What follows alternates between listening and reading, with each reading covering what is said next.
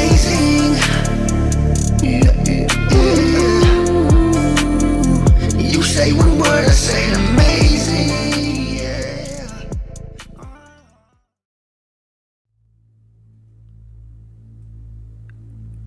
Good evening, ladies and gents. Today I've got something very special. This video is being mirrored, and the original channel link will be in the description box below. Get excited. This one is especially good. Enjoy.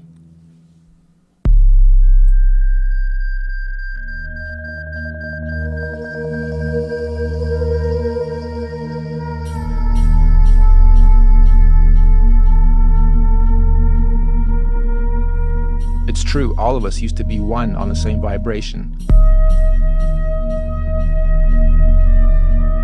The best way to explain it? We'd have to go either back in time or back to the future. To the starting point of time, 0, where all the axes meet. This is actually the death and the rebirth of consciousness.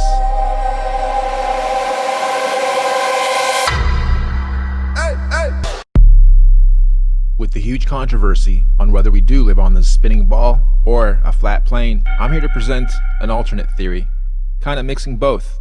Ready?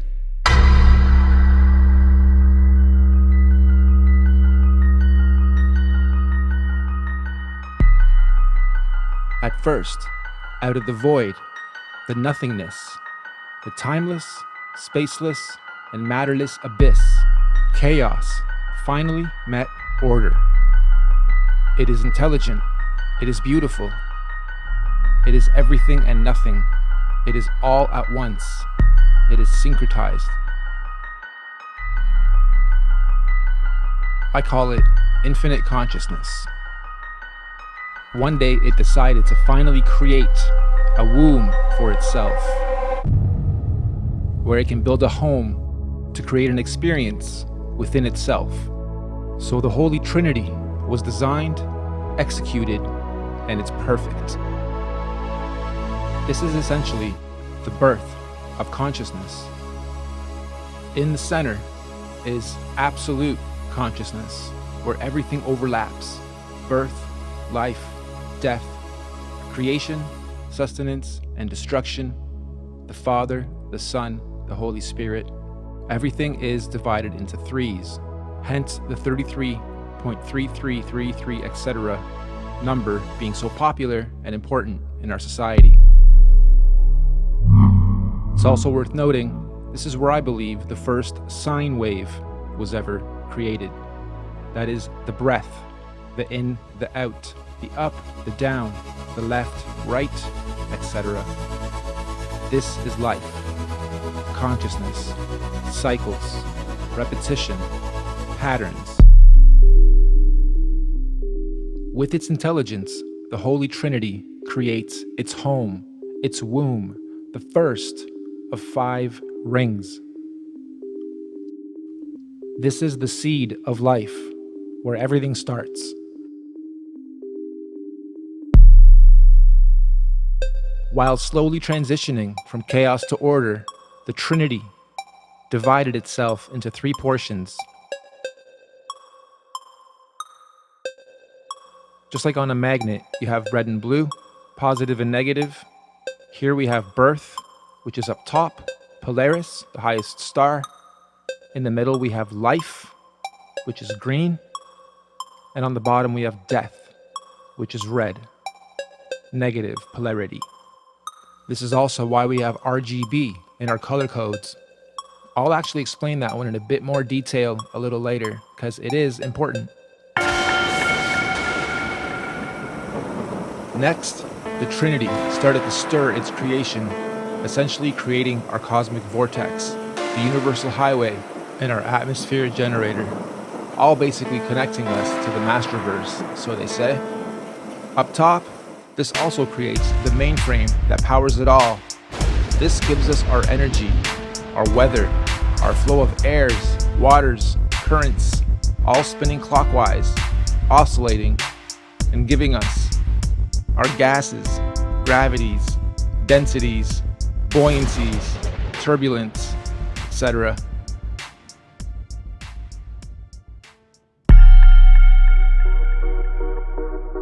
The upper part of the orb is known as the land of the gods. This is where the star of stars, the director of everything, sits. Under him, Omega, Andromeda, and the Milky Way, all giving birth to the first breath by Neptune and Uranus, giving it its first oscillation. This is what mixes everything. This is what creates our actual clockwise spin. We know it as the vortex, the cosmic vortex, or the black hole. Next, we have our actual Earth, built in 3 parts as well, both above and below. Like they say, as above, so below. So we have 3-part pyramid here, and each level of these pyramids are our lands. So we have the crust, the mantle, inner core, and outer core. This is also what gives us our 4 elements of life: air, earth, water, fire. Also, now that you have this viewpoint, you can see that there is such thing as space. However, it's not to go to other planets up there, it's to go to outer lands beyond our perimeter. Why can't we go to the perimeters? This is why right here. These are called toroidal fields. You guys know them as the Van Allen belts. There are 5 toroidal fields that separate the lands and give each its own ecosystem, its own sun and moon, and give each its own atmosphere, and rotate and oscillate to give the Earth its breathing system. Okay, this allows the whole orb to breathe in and out. And these toroidal fields protect each perimeter, or we can call them districts. So we are on the center one, and you'll see 4 here with a tiny one in the center of our Earth, which is the North Pole. Okay, there is an actual polar field there. There is actual energy there. Compasses get pulled there. So let's take a closer look. These electromagnetic fields all oscillate at different speeds. So if we go by this theory, then the sun is traveling around us at around 1,000 miles an hour. And the other stars are also traveling in their respective speeds in their own perimeters. The second perimeter with Mars is 67,000 miles an hour, and the outer perimeter is close to 500,000 miles an hour. So all of these have their own oscillations, both the actual rings and the actual planets or sun and moons within them. Each of these lands, each of these rings has 4 atmospheres to go along with it. And that is the troposphere on the bottom part, the stratosphere just above us, the mesosphere, and then the thermosphere. And again, going back to the vortex that spins from above and below is what gives all of these their oscillations. We're going to talk more about oscillations a little later because they are very, very important. Okay, so now let's break down the planets. Each land has its own sun and moon. Mercury, which is the very center of centers of everything in the North Pole, is both a sun and moon. Okay, it is both, therefore, we're not counting it here. We're saying there's 3 suns and 3 moons, man and woman, left and right, positive, negative.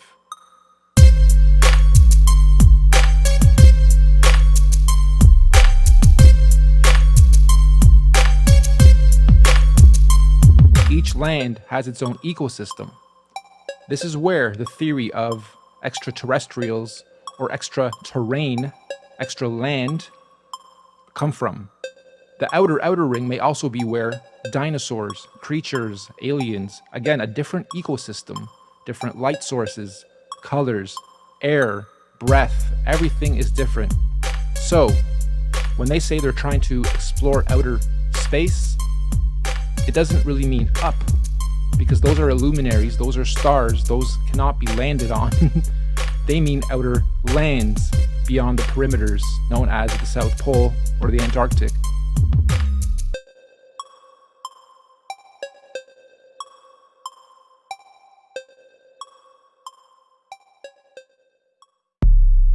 You guys have taken in a lot of data. Congrats for sticking around this long. Let's quickly recap. We have the Holy Trinity creating the womb. Then the Holy Trinity separates into positive, neutrality, and negative. Then a vortex is created. Then a rock is created for our lands.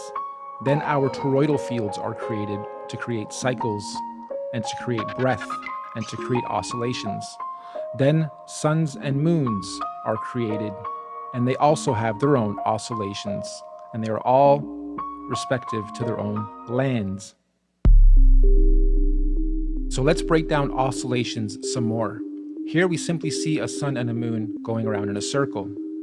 And here we see 3 going around in circles. Now some are oscillating faster than others, but they're all generally going in a circle.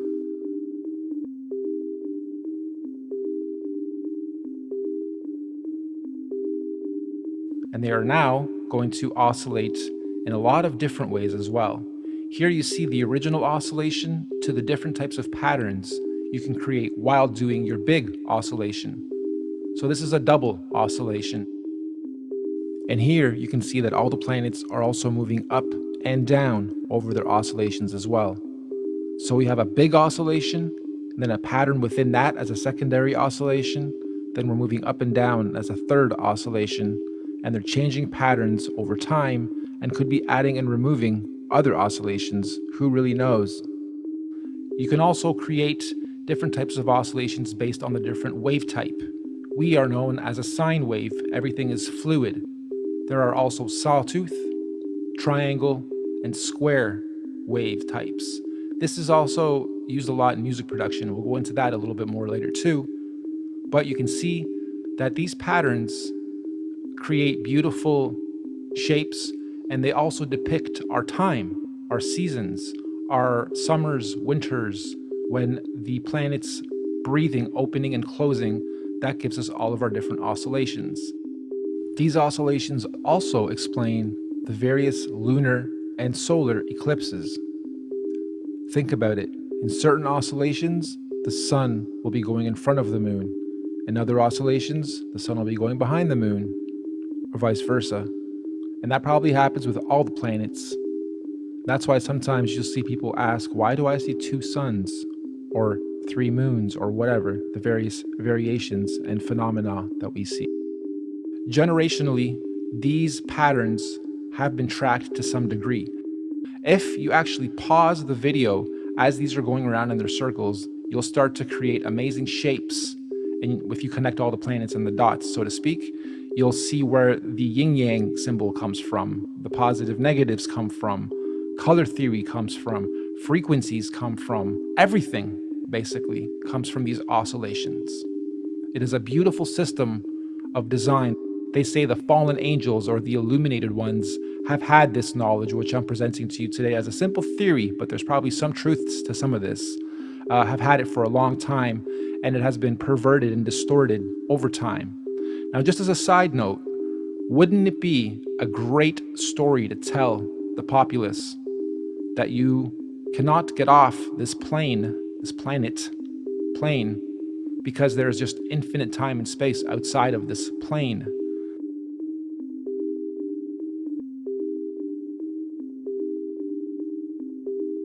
We only have access to the inner part. It is a special part of all this because it is the center, and we have access to the North Pole, which is where ascension happens. And I do think we are in a special time. It's not just, let's prove the Earth is flat. What's beyond that? So what if it is? Well, what might be outside those perimeters? Maybe there are things we need to protect ourselves from. And or maybe it is just a bunch of land we cannot get to, but Every country, every government would love to chop it up, carve it up, because there's so many precious resources out there potentially. Okay, so let's look at oscillations and frequencies in music now. I've been doing music production for a very long time, on top of doing art, digital media, video. I've gone through everything to do with art at a fundamental level in various gifted schools and whatnot. My creative side is my passion, my labor of love, and I believe I've been given these beautiful talents and skills to share beautiful information like this, and potentially help you guys ascend, or at least become illuminated and understand and have knowledge in a beautiful, engaging presentation. Here we have frequencies with music and layering music and giving you visuals for those frequencies. You can see that certain notes sit in the lower frequencies and certain notes sit in the higher frequencies.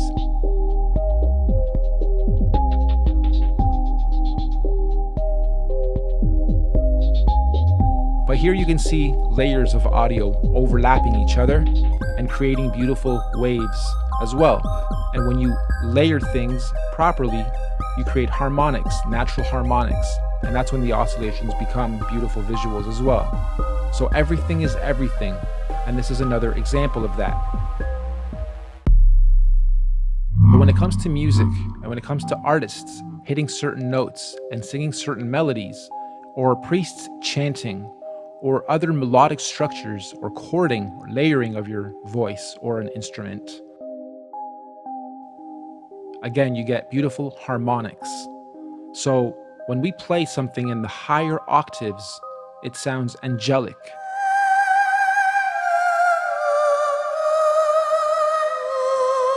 When we play something in the lower octaves, it sounds demon-like.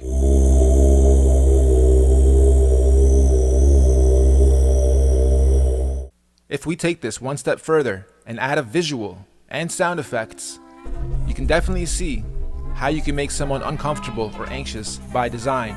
Now, while watching this, think of your daily routine and how you oscillate and what you eat and what type of frequencies you take in, people you talk to, entertainment you take in, etc. You'll be surprised at how much negative energy you probably take in on a daily basis and don't even know it.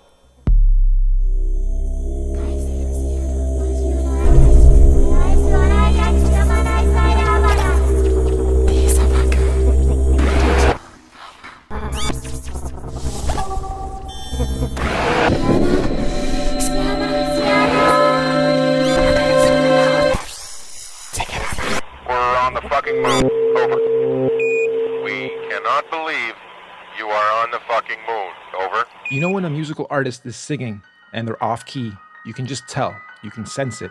You know the harmonics are off. Or when someone's showing you a spoofy video, you can tell it's fake. Or when a journalist is spoofing a story, you can tell they're faking it. This is because the harmonics are off and your bullshit radar is basically detecting it. But when you do it through things like entertainment and movies and music and comedy, where there's a bit of truth to every joke, you play a very fine line of the types of perceptions you're presented with your whole life. So of course, me showing you this stuff's probably making you reject it instinctively, because your whole life you've been told we're living on a ball that's spinning in outer space in infinity. And in part, some of that might be true. Singularity could be the Big Bang. Our whole universe might well be flying through infinite void. But our actual land that we live on, well, I'll let you be the judge. Or you've ended up on this video because you've already discovered your own truth. So what I'm trying to say, when you do listen to frequencies, watch movies, do your day-to-day, take in 5,000 logos, 400 cents, 300 people's eye contact, and energies overlapping yours, think about what your purpose in this life is. Because my goal is to help you guys ascend to a higher state of consciousness, become illuminated, and you too are nothing but a big oscillation machine. When you breathe in and out, that's oscillating. When you walk, your whole body is oscillating. When you sleep, you're going through a cycle. Everything about us is oscillating, and you should be oscillating to your full potential in this beautiful universe.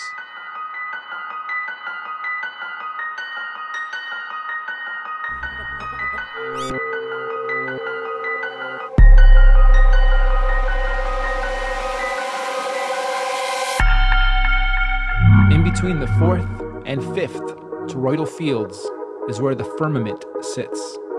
This is where all the stars are attached and fixated as they do their oscillation as well. This firmament is what prevents us from going up. In fact, there's footage online of rockets being sent up by independent teams, and you can clearly see it hit something up there before coming back down. Now, if you look up Operation Fishbowl and Operation High Jump, you'll come across some interesting information regarding the efforts that the governments have put in to try to get through the firmament. Anyway, that is how the star system works.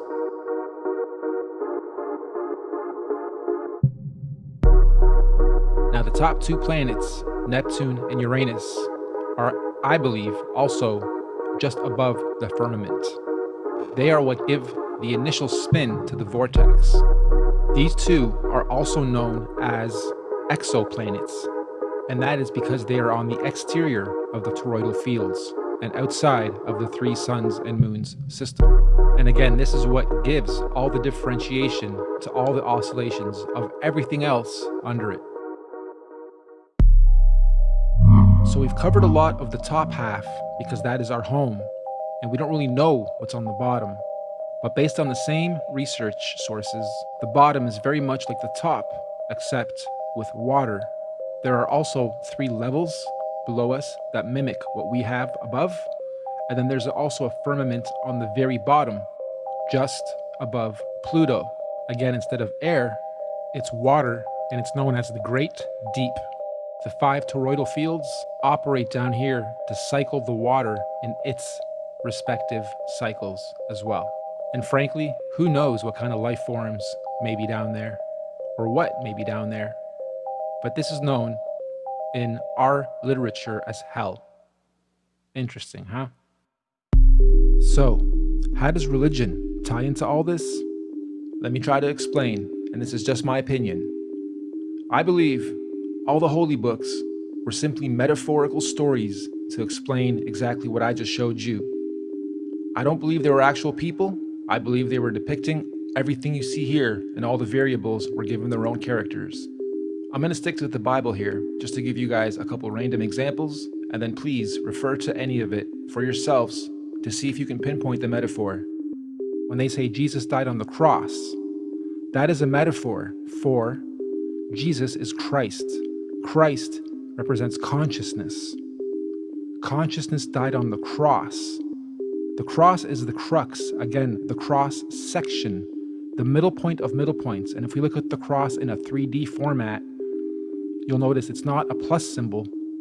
The center horizontal piece is moved up because on the universe, we are not in the center of centers, we are up a little bit on that third plane, right? So when consciousness died at the cross section of our universe, that is the North Pole. And when they say follow the North Star, that is Polaris. And the birth of Jesus is also under the North Star.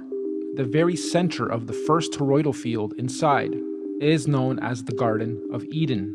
That is a holy place. That is a spiritual place.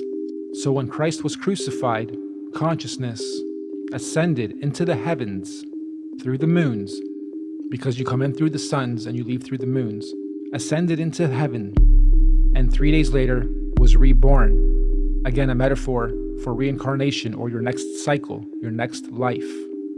This is where past lives, future lives, we are our own ancestors, etc., comes from as well. Also, in the name of the Father, Son, and Holy Spirit derives from this too. Pretty much every single thing you see in the holy books, it's a story and a metaphor to explain one of these variables in this beautiful universe. Hey, I'm just putting forth theories. I'm not trying to push any religion onto anybody, nor am I religious. But I do believe that people in ancient times simply had this knowledge and again told it to us in story format, or in book format, or in holy book format.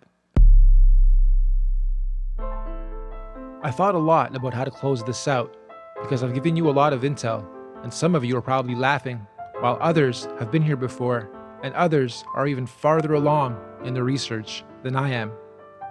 Some of you are probably asking, where did you get all this info? Are you just making this shit up, or is this actually sourced material, or... Well, it's a mix of ancient literature, cosmology, science, and putting various random puzzle pieces together for a long time. Again, it's called the nORB theory because it's just that. I don't believe in this definitively either. I just think it's a lot more plausible than what we're currently told. And as I close this out, I'm going to show you guys some screen caps of others that have taken this theory before me in their own ways and presented it.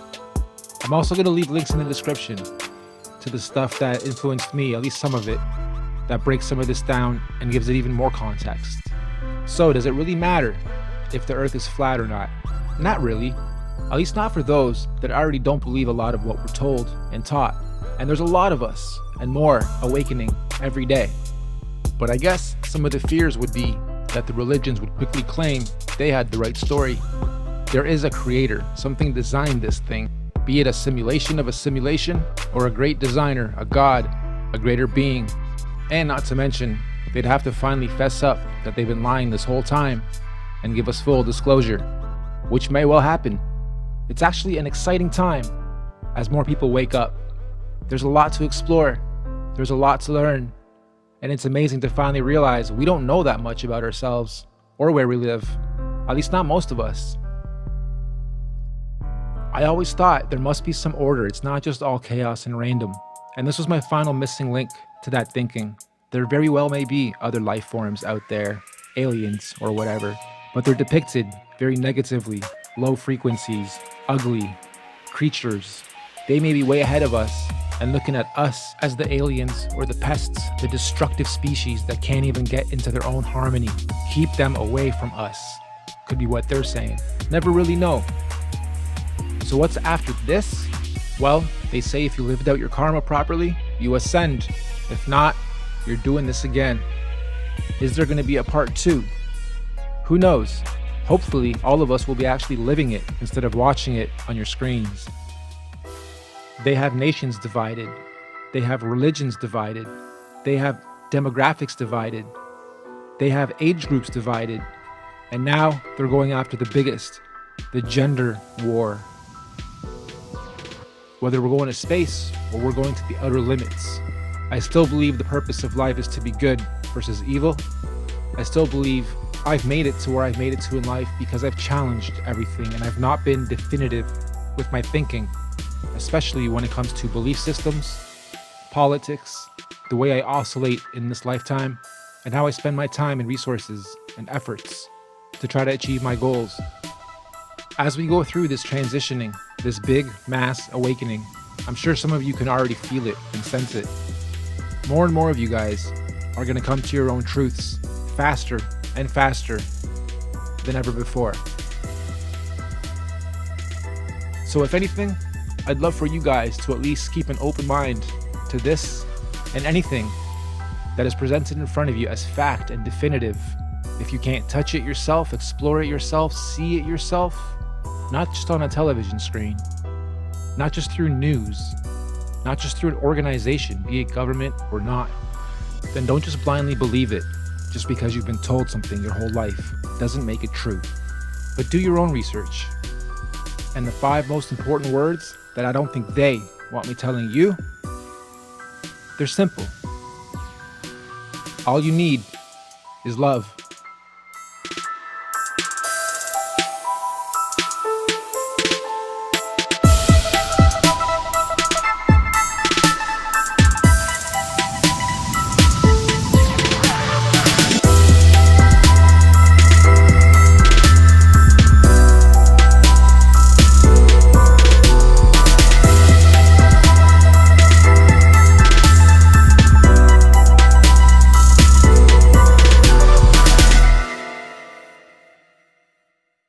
So the sun is Sunday, moon is Monday, Mars is Tuesday, Mercury, the center, is Wednesday, Jupiter is Thursday, Venus is Friday, Saturn is Saturday.